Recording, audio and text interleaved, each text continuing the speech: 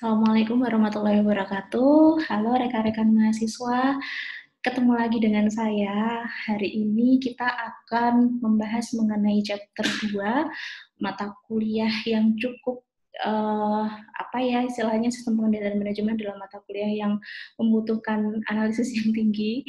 Dan chapter 2 ini adalah chapter yang cukup penting dalam pembelajaran sistem pengendalian manajemen. Oke, dalam memahami strategi, kita perlu tahu beberapa hal, di antaranya adalah kita perlu tahu ada berapa jenis strategi yang digunakan oleh perusahaan.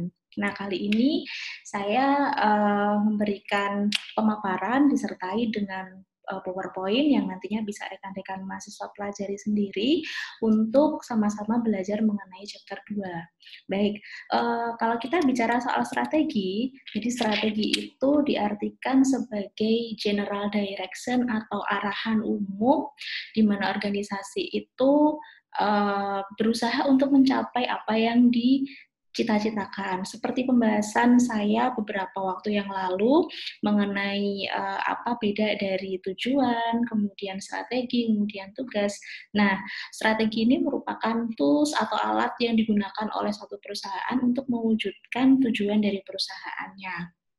Nah, suatu perusahaan itu akan mengembangkan strateginya tentunya nggak main-main ya, jadi nggak asal sembarang mengembangkan strategi, tetapi juga harus mau untuk matching. Matching itu istilahnya memasangkan atau menganalisis apa yang dimiliki oleh perusahaan dulu. Artinya kalau perusahaan itu punyanya apa, kan nggak mungkin kita akan membuat satu misi yang apa juga. Jadi apa dan apa itu harus sinkron. Apa yang dimiliki oleh perusahaan berupa core kompetensi itu kita wujudkan dalam bentuk strategi.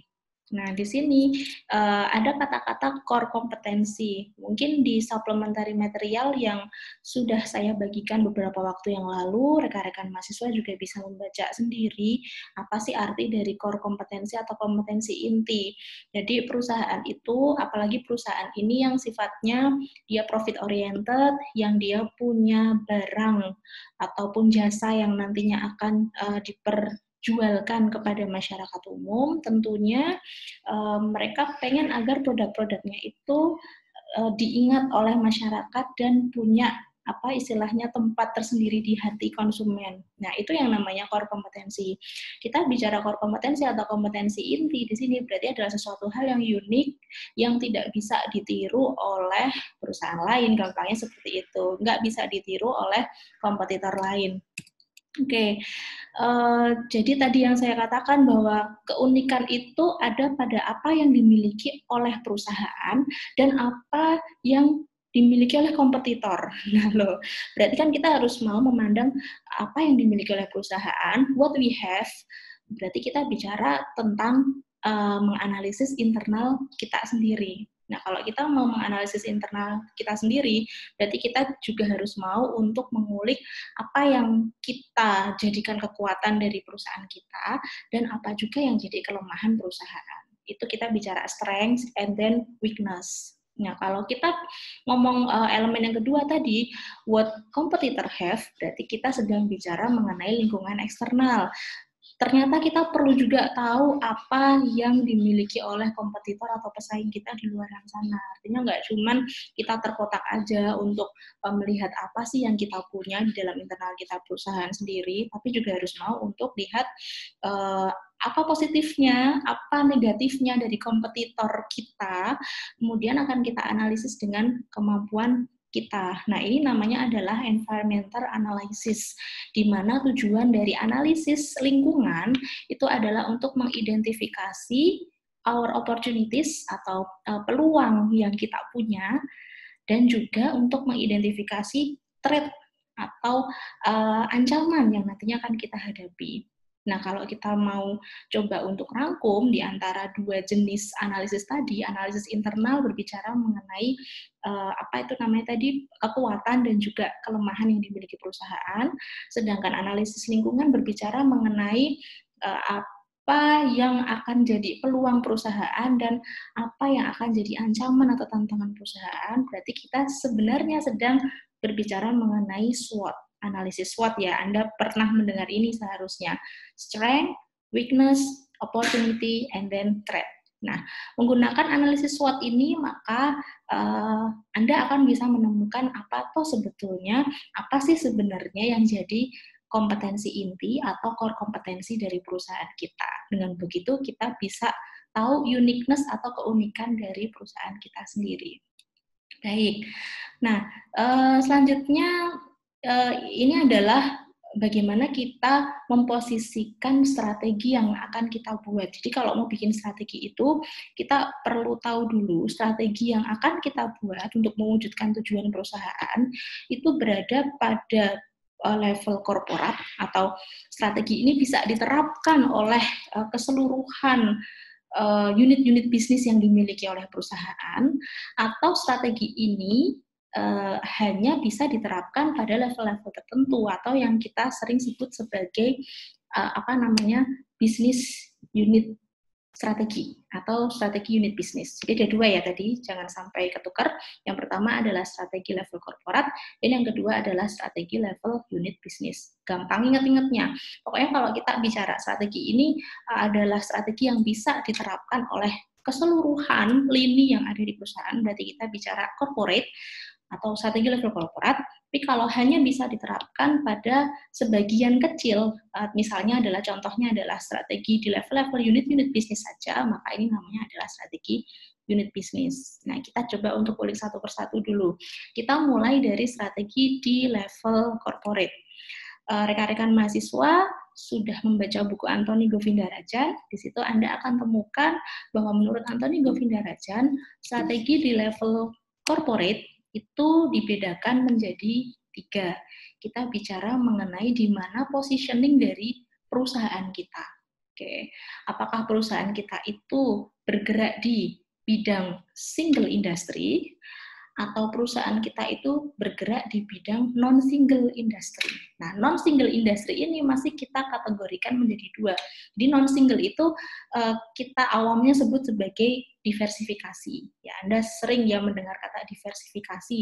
Dari asal katanya saja diversifikasi itu artinya adalah penganekaragaman. Nah, bagi perusahaan yang menggunakan strategi diversifikasi, itu masih perlu juga harus kita lihat apakah diversifikasinya itu saling berkaitan atau diversifikasinya tidak saling berkaitan. Nah, untuk yang pertama dulu kita masuk ke strategi di level corporate untuk jenis industri yang single. Oke, rekan-rekan bisa melihat di PowerPoint di sini untuk perusahaan yang menerapkan strategi level corporate single, maka dia adalah perusahaan yang concern atau berfokus pada satu bidang industri saja. Contohnya nih, kalau teman-teman lihat di situ ada McD, jadi kalau saya boleh contohkan lagi ada KFC, ada Pizza Hut misalnya, atau restoran-restoran cepat saji lainnya, fast food lainnya. Boleh Anda katakan itu sebagai contoh dari satu industri yang menggunakan strategi level corporate single. Kenapa? Karena yang dijual barangnya hanya single. Loh Bu, kan yang dijual nggak single Bu, mereka jual ayam, mereka jual burger, jual nugget, kentang goreng, kemudian ada ice cream, kemudian ada beverage-nya macam-macam, ada cola, ada lemon tea, ada yang lain-lain, itu kan berarti nggak single Bu. Oke.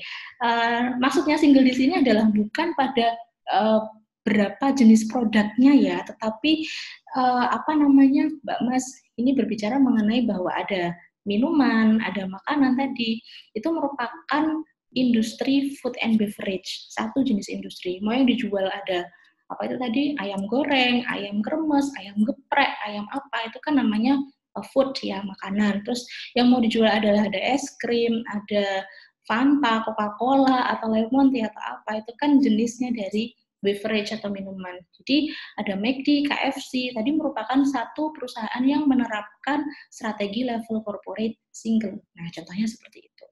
Oke. Nah, kemudian yang berikutnya Untuk strategi level corporate lainnya adalah yang non-single, tadi yang saya katakan diversifikasi. Nah, untuk yang diversifikasi ini, tadi saya bilang ada dibagi lagi menjadi dua. Ada diversifikasi yang saling berkaitan dan ada lagi diversifikasi yang tidak saling berkaitan. Dilihat dari penyebutannya sebetulnya Anda sudah bisa untuk membedakan ya, yang berkaitan itu yang seperti apa, yang tidak berkaitan itu seperti apa. Artinya apa? Ketika perusahaan itu memutuskan untuk dia menggunakan strategi level corporate diversifikasi yang berkaitan, maka tentunya yang wajib digarisbawahi di sini adalah ada satu sumber daya yang dimiliki perusahaan dan itu melimpah. Sehingga apa? Kalau hanya digunakan untuk memproduksi satu jenis produk atau satu jenis unit bisnis saja, maka perusahaan tidak akan atau belum terlalu optimal dalam meraup profitabilitas. Tapi kalau perusahaan mau untuk melebarkan sumber daya yang dimiliki tadi, sumber daya mentah ya, bahan-bahan mentah yang dia punya itu untuk juga digunakan untuk membuat hal yang lain, nah itu tentunya akan menjadi lebih optimal lagi dalam mencari profitabilitas. Nah, berarti gini deh, gampangnya gini, misalnya ada satu perusahaan di mana dia sumber utamanya yang paling melimpah itu adalah bahan bakunya adalah karet ya misalnya.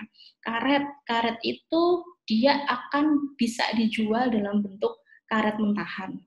Kemudian ada unit bisnis lain dalam perusahaannya yang mengolah karet tadi, nggak hanya dalam bentuk karet mentahan hasil disadap, tetapi dijadikan misalnya lembaran karet, kemudian dijual. Gitu. Oke, itu sudah menghasilkan. Kemudian ada unit bisnis lain dalam perusahaannya dia yang tidak cukup berhenti hanya sampai mengolah karet, mengolah dalam bentuk olahan karet, tapi dijadikan satu produk akhir yang lebih punya nilai tambahnya, misalnya menjadi karet gelang misalnya. Karet gelang itu kan berarti produk yang beda lagi dibanding dengan hasil sadapan karet tadi, kemudian lembaran karet. Nah, itu kan berarti dua hal yang berbeda ya tadi, tapi masih saling berkaitan. Kenapa? Karena menggunakan satu sumber daya utama yang dimiliki perusahaan, yaitu bahan dasarnya adalah karet. Nah, itu contoh dari satu perusahaan yang menerapkan strategi level corporate-nya diversifikasi tetapi related atau saling berhubungan. Nah, tentunya rekan-rekan mahasiswa bisa untuk mencari contoh yang lain, apalagi ya kira-kira ya yang nantinya akan bisa diterapkan oleh perusahaan. Yang penting adalah biasanya ciri khasnya yang paling kelihatan adalah sumber daya materialnya atau bahan bakunya cukup melimpah, dan memang perlu juga perusahaan punya stok sumber daya manusia yang lebih banyak dibandingkan dengan perusahaan yang tadi menerapkan strategi level corporate untuk single industry. Oke, seperti itu ya. Semoga sampai di sini rekan-rekan mahasiswa bisa membedakan strategi level corporate untuk single dan juga diversifikasi. Nah, ini yang ketiga, gimana kalau itu nggak berkaitan? Artinya gimana? Perusahaan punya sumber daya manusia yang cukup banyak nih, dan mereka punya modal yang gede. Nah, karena mereka punya modal yang gede, mereka punya sumber daya manusia yang banyak, mereka punya potensi untuk membuka usaha. Mereka jualan nggak cuma satu jenis produk saja. Misalnya tadi, kita contohkan yang perusahaan karet tadi ya. Karet tadi bahan dasarnya karet, mereka punya perkebunan karet misalnya ya, satu perkebunan karet yang cukup luas, melimpah, sumber dayanya banyak. Mereka kemudian mengolah, jadi ada unit bisnis yang mengolah sadapan karet yang masih dalam bentuk cairan, itu dijual saja sudah laku, namanya gitu. Kemudian ada unit bisnis yang tadi mengusahakan mengolah cairan karet tadi menjadi lembaran karet, kemudian dijual dan itu laku. Kemudian ada unit bisnis ketiga yang tadi hasil dari sadapan karet itu kemudian diolah menjadi bentuk karet gelang misalnya dan dijual dan itu laku. Nah, ternyata mereka buka unit usaha lagi, satu unit bisnis lagi yang nggak ada hubungannya sama karet. Tapi mereka misalnya jualan jualan baju misalnya. kayak jualan baju kan mungkin Bu, bahan dasarnya mungkin dari karet ya, mungkin berarti masih ada hubungannya dengan karet ya. Oke lah, jangan jualan baju, jualan apa ya? Mungkin mereka juga buka unit usaha apa namanya makanan misalnya, atau mereka punya kantin gitu, makanan dan minuman. Kan berarti nggak mungkin karetnya dari bahan dasar karet ya, berarti ada sumber daya bahan mentah baru lagi yang dibutuhkan oleh perusahaan dan itu berhasil diolah dalam satu unit bisnis tersendiri. Ini berarti mereka punya unit-unit bisnis yang tidak saling terkait. Ya. Walaupun tadi 3 versus 1 ya, yang 3 unit bisnis tadi terkait, kemudian ini nambah lagi, buka lagi di cabang tertentu kok. Mereka bukanya adalah kantin atau kafetaria. Berarti mereka ada satu unit bisnis yang tidak berhubungan dengan usaha utama dari perusahaan. Nah, kalau seperti itu, Anda boleh katakan bahwa perusahaan ini sedang menerapkan strategi level corporate untuk diversifikasi yang unrelated atau tidak berhubungan. Oke. Bu, kalau saya misalnya jalan-jalan ke mall, kemudian di mall itu kan banyak banget ya Bu ya. Ada yang dia jual baju, dia jual makanan, jual alat kesehatan, jual kosmetik, jual obat, lalu ada bioskop, dan macam-macam. Berarti contoh juga ya Bu ya, misalnya saya jalan-jalan ke JCM, saya jalan-jalan ke Amplas, nah itu berarti Amplas sama JCM itu masuk ke kategori strategi level corporate yang unrelated diversification ya Bu ya. Nah, benar nggak kira-kira? Tuh, sebentar, kita lihat dulu usaha utamanya si JCM atau si Amplas tadi itu, Ambarukmo Plaza Yogyakarta, mall besar di Jogja itu, mereka usaha utamanya apakah jualan? Artinya apakah mereka itu jualan ayam, jualan apa baju, jualan apa tadi buka bioskop, itu merupakan unit usahanya si Amplas? Kayaknya bukan deh. Tapi apa?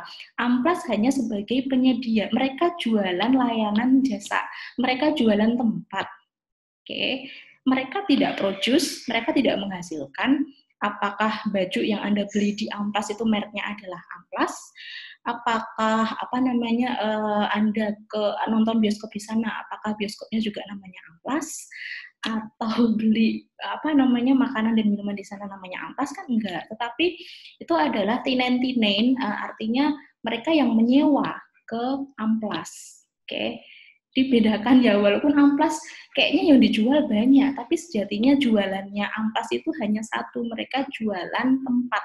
Oke, mereka menyewakan tempat kepada orang-orang yang nantinya kepengen jualan di Amplas. Oke, berarti kalau begitu, Amplas atau JCM bukan atau nggak masuk dalam kategori unrelated diversification, tapi apa lebih cocok dimasukkan sebagai single industry. Oke, seperti itu ya. Jadi ketika Anda menganalisis untuk menentukan contoh-contohnya strategi level corporate ini gampang sih sebetulnya. Yang penting adalah Anda tahu dulu apa namanya jualan utamanya itu apa. Oke, baru Anda bisa pilah-pilah dan bisa masukkan itu, ditentukan itu ke dalam 3 jenis level corporate strateginya, gitu. Oke ya, semoga bisa Anda pahami dengan baik ini. Jadi corporate level strategi betul-betul Anda bedakan ke dalam 3 jenis tadi dan Anda gunakan analisisnya berasal dari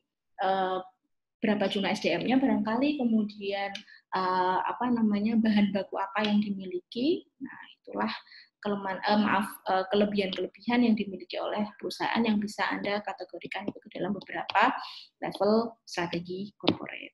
Oke, seperti itu. Kita lanjut berikutnya. Kalau tadi saya sampaikan di awal, kita tinggalkan nih untuk strategi di level perusahaan, di mana strategi ini akan diterapkan pada seluruh level di perusahaan. Di misal perusahaan Anda itu adalah perusahaan yang menggunakan strategi apa ini namanya diversifikasi yang berhubungan tadi, berarti dia terdiri atas unit-unit bisnis itu tadi, maka setiap unit-unit bisnis ini pasti akan punya strategi yang sama karena mereka ada strategi yang sifatnya adalah strategi di level corporate dan ini harus dijalankan oleh setiap unit bisnis. Oke. Nah, Kemudian kita akan berganti kepada strategi di level yang lebih kecil lagi. Ini bukan strategi di level corporate, bisa aja beda antara unit bisnis satu dengan unit bisnis yang lain penerapannya. Kenapa? Karena disesuaikan dengan kondisi yang sedang terjadi di dalam suatu unit bisnis. Oke, seperti apa? Seperti ini. Oke, saya skip yang ini. Nah, kalau kita bicara strategi di level unit bisnis, maka ada dua aspek yang akan kita coba untuk pahami terlebih dahulu.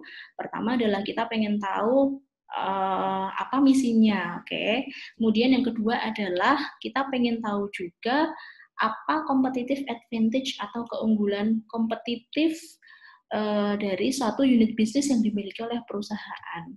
Baik, kita coba untuk bahas satu persatu dulu ya. Jadi ketika kita bicara tadi strategi di level unit bisnis, pengertian paling sederhananya adalah strategi yang diterapkan di level unit bisnis, which is bisa jadi satu unit bisnis satu dengan yang lain akan menerapkan strategi yang berbeda-beda tergantung dengan karakteristik atau kekhususan dari unit bisnisnya. Kan nggak mungkin ya dalam perusahaan tadi, misal yang tadi strategi level corporate-nya menggunakan diversifikasi yang tidak berhubungan. Kan Anda sebagai seorang pemimpin akan sangat jahat kalau memaksakan setiap unit bisnis itu menggunakan strategi yang sama, yang tidak memandang tidak memandang kekhasan atau karakteristik dari masing-masing unit bisnisnya. Kita bicara strategi level unit bisnis loh ya. Di strategi level unit bisnis nanti akan kita jelaskan menggunakan matriks yang cukup terkenal. Ini namanya adalah matriks BCG model. Bukan vaksin ya, bukan vaksin BCG, tapi ini adalah Boston Consultative Group Model, merupakan matriks dibagi menjadi 4 kuadran ya di sini. Teman-teman bisa melihat bahwa di masing-masing kuadran, di masing-masing kotak yang ada, itu menunjukkan keadaan atau kondisi yang sedang dihadapi oleh suatu unit bisnis tertentu. Oke, ada di sebelah pojok kanan atas, rekan-rekan bisa melihat ada question mark. Question mark itu kalau diartikan dalam bahasa Indonesia adalah tanda tanya. Yang di situ dikasih notes, dikasih keterangan di bawah tulisan question mark adalah build. Build itu berarti membangun. Berarti unit bisnis yang berada pada kuadran ini, dia masih tanda tanya. Dan dia masih pada proses membangun. Oke, pasti akan ketebak, oh ini berarti unit bisnis yang bisa aja baru didirikan. Bisa aja, dia akan banyak berkorban di sini karena memang masih proses perkenalan atau membangun. Oke. Kemudian saya geser dulu ya sebelah kiri. Sebelah kiri dari question mark, teman-teman bisa melihat itu namanya adalah star. Star itu bintang, kemudian di bawah kata-kata star ada kata-kata hold. Hold itu menahan. Berarti kalau ada unit bisnis yang masuk di kuadran ini, di kuadran star ini, berarti ya dia sedang berkilauan seperti bintang. Oke. Dia mungkin sudah melewati fase yang pertama ya, ketika tadi fasenya adalah membangun di question mark, maka dia akan banyak berprogres di situ, dan ketika apa yang dia hasilkan, representasi dari produk-produknya itu diterima oleh masyarakat, itu maka unit bisnis ini akan cukup shining ya, cukup berada pada kondisi di mana dia sedang berusaha untuk mempertahankan unit bisnisnya ini. Oke, dan berikutnya kalau keadaan star ini terus-menerus terjadi selama beberapa periode, maka sebenarnya Anda akan bisa melihat unit bisnis ini sedang profit-profitnya. Nah, kalau sedang profit-profitnya, Anda geser ke bawah star, itu ada cash cow. Cash cow itu artinya sapi perah. Kemudian ada harvest. Harvest itu memanen ya. Memang pada kuadran ini yang terjadi adalah satu unit bisnis sedang menikmati jerih payahnya dia, sehingga banyak pendapatan yang diterima, banyak cash yang dia terima, mungkin banyak loyalty, kesetiaan dari pelanggan yang diterima, sehingga buyback-nya atau istilahnya period mereka untuk membeli lagi produk-produk ini cukup tinggi. Jadi konsumen sudah cukup jatuh hati dengan produk-produk yang dihasilkan oleh unit bisnis ini, sehingga tinggi sekali nih penjualannya, dan unit bisnis sedang mengalami banyak keuntungan di sini, profitnya cukup tinggi di sini, itu cash cow. Nah, yang terakhir untuk kuadran paling pojok kanan bawah, itu ada dog, dog itu artinya anjing, ya. Dan dia diverse. Nah, di sini maksudnya unit bisnis ini berada pada kondisi di mana dia ada pada pilihan apakah akan tetap dipertahankan. Kalau tetap dipertahankan berarti ada banyak hal yang harus dibenahi, karena kalau salah langkah di sini maka dia akan out dari kuadran itu, ya, artinya ya sudah, kalau Anda salah langkah maka bukan profitabilitas lagi yang akan Anda dapatkan, tetapi kerugian yang cukup besar. Nah, di posisi kuadran 4 ini, kalau memang tidak bisa dipertahankan, ya cukuplah saja unit bisnis ini tidak dilanjutkan lagi operasionalitasnya. Bisa jadi perlu memikirkan perubahan yang lain, menambah unit bisnis yang lain untuk bisa menggantikan unit bisnis yang tidak atau sudah unprofit ini tadi. Oke, di posisi dog tadi itu, ya. Atau kalau memang strategi yang Anda gunakan untuk merecover satu unit bisnis yang sedang dalam posisi dog ini berhasil, ya mungkin nggak perlu untuk mengganti dengan unit bisnis lain atau menambah unit bisnis tambahan baru, tapi mempertahankan unit bisnis yang berada pada kondisi dog tadi dengan mengubah strategi, dengan memperbaiki segalanya, maka bukan tidak mungkin unit bisnis yang tadi berada di kuadran dog tadi, kemudian dia akan bergeser ke kuadran atasnya, yaitu question mark. Dia berputar lagi seperti itu. Ya, bisa jadi aja. Nah, Anda akan mengartikan matriks model BCG ini dengan bantuan keterangan yang ada di 4 sisinya, yaitu ada cash use di sebelah kanan, itu berarti penggunaan kas. Penggunaan kas itu semakin ke atas dia akan semakin besar atau semakin tinggi. Lalu berarti sebaliknya, ya, kalau semakin ke bawah berarti dia semakin rendah.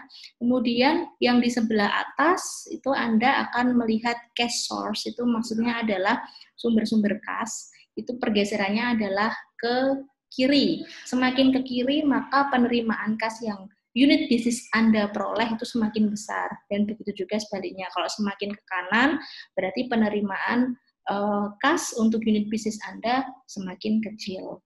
Oke. Kemudian Anda alihkan bergeser ke sebelah kiri dari kotak itu ada tulisan market growth rate atau tingkat pertumbuhan pasar. Pergerakannya sama seperti yang ada di kanan tadi, cash use atau penggunaan kas. Pergerakannya juga dari bawah ke atas. Semakin ke atas maka tingkat pertumbuhan pasarnya semakin baik, semakin besar. Dan yang paling bawah sendiri itu adalah relative market share atau pangsa pasar relatif, bergeraknya ke kiri kanan, ya. Semakin ke kiri maka unit bisnis ini pangsa pasarnya sedang tinggi-tingginya atau pangsa pasarnya juga baik. Nah, ini adalah matriks BCG yang tadi kita gunakan untuk menjelaskan misi, ya, di slide berikutnya tadi, di poin A, bahwa strategi di level unit bisnis ini tergantung pada 2 aspek, ya. Aspek pertama misi, berarti kalau misi itu apa tujuan keseluruhan dari si unit bisnis ini didirikan. Nah, sedang ada di posisi manakah si unit bisnis ini, maka kita artikan itu dengan menggunakan matriks BCG. Nah, kemudian yang poin B, untuk menentukan strategi di level unit bisnis, kita juga perlu untuk cari tahu apa itu keunggulan kompetitif yang dimiliki dari masing-masing si unit bisnis ini. Kalau tadi kita bicara core kompetensi, itu adalah kompetensi inti, jadi satu perusahaan itu uniqueness-nya apa. Kalau sekarang competitive advantage, ini keunggulan kompetitif dari si unit bisnisnya. Nah, ini akan bisa rekan-rekan mahasiswa cari atau susun dengan menggunakan Michael Porter analysis. Nah, bukan Potter, bukan Harry Potter, tapi ini Michael Porter, yang dia mengenalkan ada dua analisis, ya, dua pendekatan analisis untuk bisa menjawab pertanyaan mengenai bagaimana kita menentukan keunggulan kompetitif dari suatu unit bisnis. Nah, yang pertama kita gunakan ada yang namanya analisis industri. Analisis industri ini merupakan analisis positioning dari si unit bisnis ini di antara 5 hal lainnya. Kita kenal ini dengan istilah five force model atau 5 model kekuatan utama dari si Porter tadi.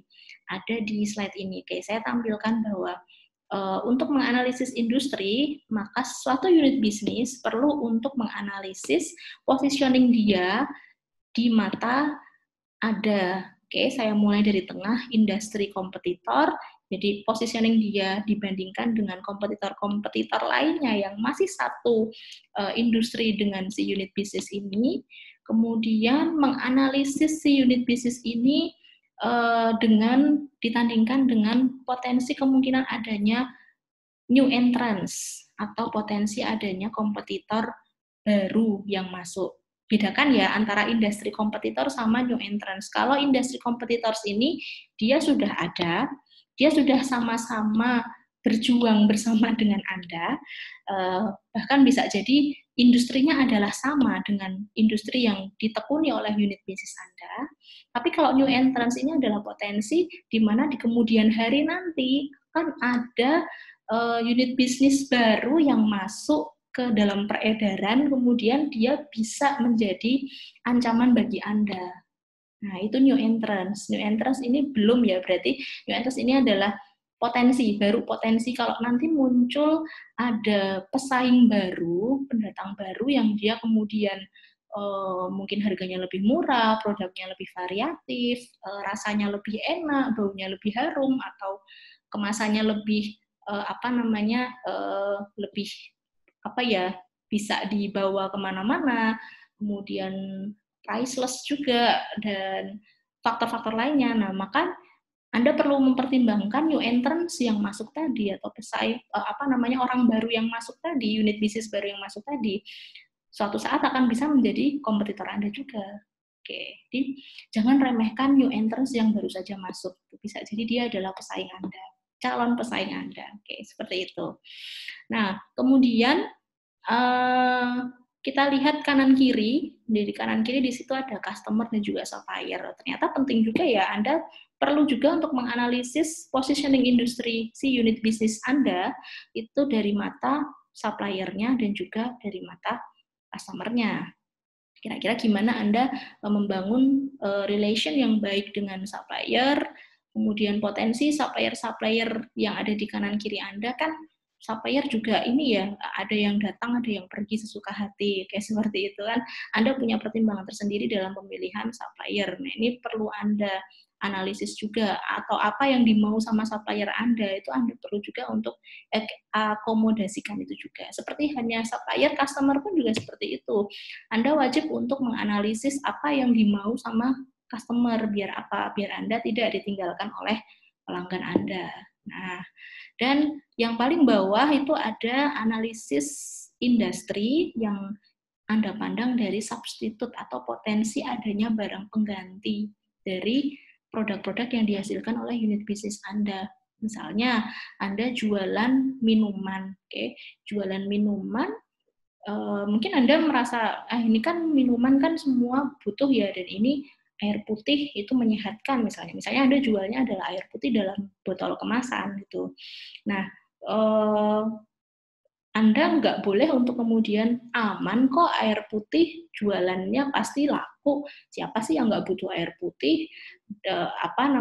Pasti dalam kurun waktu beberapa tahun ke depan jualan saya tetap akan survive dan baik-baik saja. Nah, jangan salah ya, bahwa yang namanya industri itu benar-benar pula, makanya tadi apa yang diinginkan oleh customer itu kita dengarkan. Customer ternyata menginginkan sekarang nggak pengen ada, misalnya nih, nggak pengen ada kemasan botol plastik gitu, karena kita diminta untuk mencintai lingkungan, menyayangi lingkungan. Nah, terus besok ada perusahaan baru, atau mungkin bukan perusahaan baru, perusahaannya sudah lama, tapi dia punya unit bisnis baru, di mana unit bisnis baru ini mengembangkan satu produk di mana air putihnya itu nggak dimasukkan dalam kemasan. Artinya udah masuk banget nih untuk kampanye dari pemerintah bahwa ayo sayangi lingkungan, kita kurangi penggunaan sampah plastik. Nah, ternyata tadi unit bisnis yang baru tadi dia bisa membuat air putih yang di model adalah dipadatkan. Artinya bentuknya adalah tablet effervescent. Anda pernah minum redoxon ya, redoxon yang di dalam botol itu, botol kaleng kecil itu, dia kan modelnya adalah tablet-tablet ya. Ketika Anda larutkan itu dalam air, maka dia akan larut. Nah, bisa air putihnya juga seperti itu. Air putih, kemudian dia dibentuk dalam tablet effervescent, kemudian Anda nggak perlu air putih untuk mencairkannya, cukup Anda hisap aja, Anda seperti sedang menikmati air putih. Nah, Anda sudah nggak butuh itu namanya botol plastik. Nah, itu yang namanya substitute atau ancaman barang pengganti.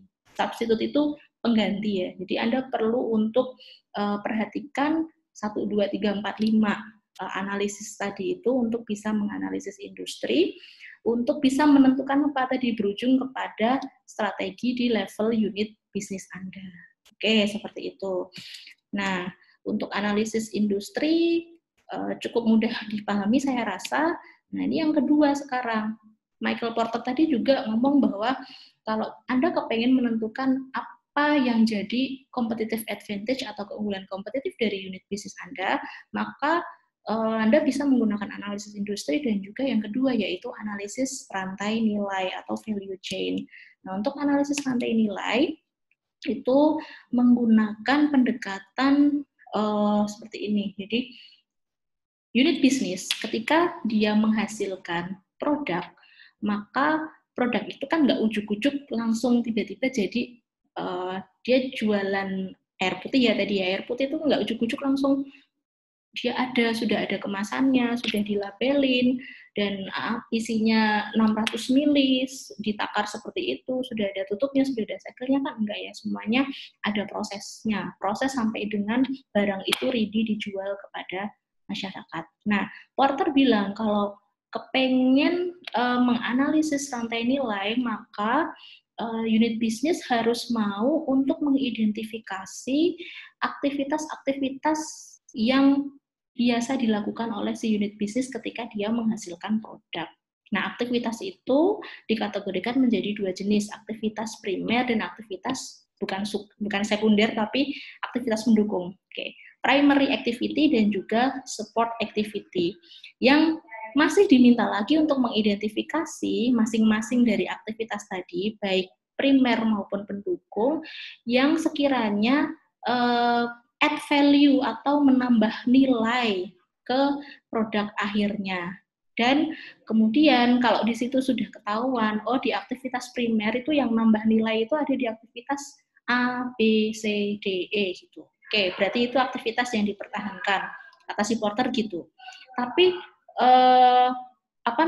ada juga di mana aktivitas yang sudah sering dilakukan oleh si unit bisnis itu, misalnya aktivitas dari A, B, C, D, E itu, ternyata ada aktivitas D yang sebenarnya dia nggak perlu untuk dilakukan karena mungkin dia wasting time, atau selain wasting time dia mungkin juga nggak terlalu berfaedah ya, tidak terlalu bermanfaat, atau mungkin costingnya terlalu tinggi kalau dipertahankan. Makanya aktivitas D ini baiknya Anda analisis dan Anda pertimbangkan untuk tidak menggunakan aktivitas D itu tadi.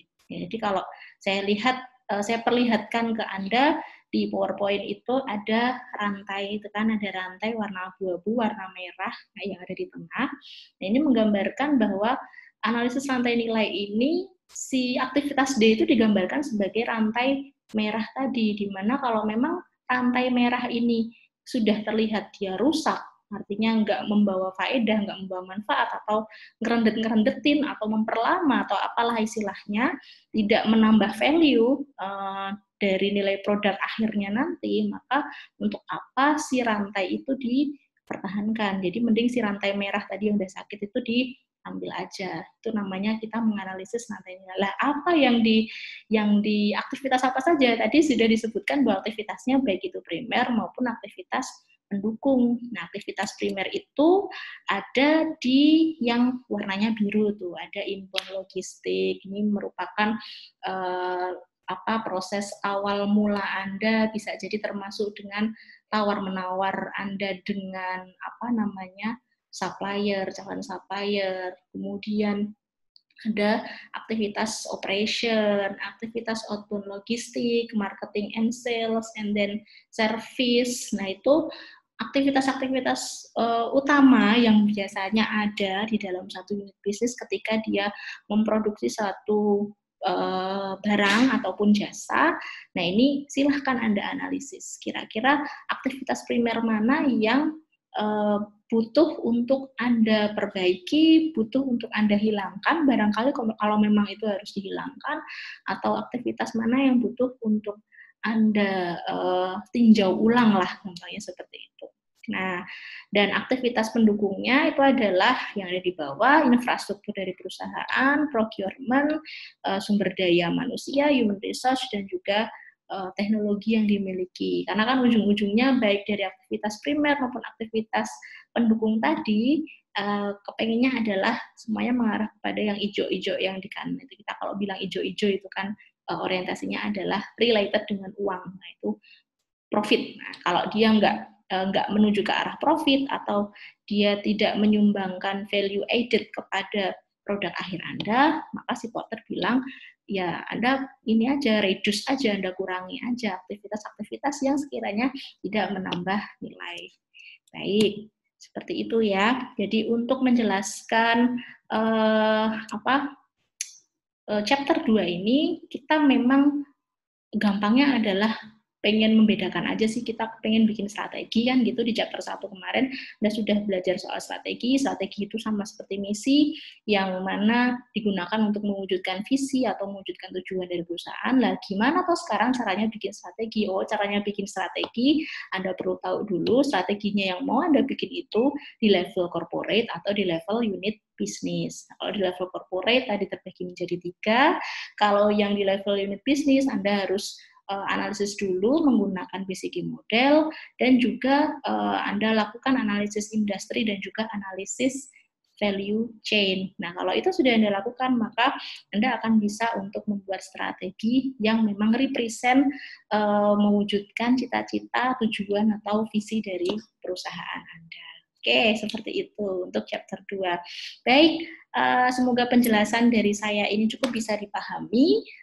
Terima kasih sekali atas perhatian dari rekan-rekan yang menyimak channel YouTube saya. Semoga bisa diambil manfaatnya dan kita ketemu lagi insya Allah di pembahasan chapter berikutnya. Oke, dari saya akhiri ya. Sampai ketemu lagi. Wassalamualaikum warahmatullahi wabarakatuh.